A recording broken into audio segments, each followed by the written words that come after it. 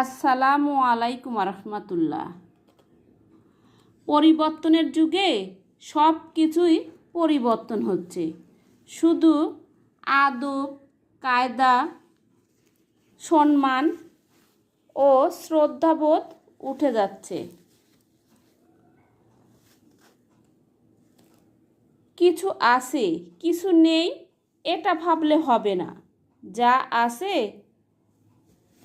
সেটা আলহামদুলিল্লাহ, আর যা নেই ইনশাল্লাহ।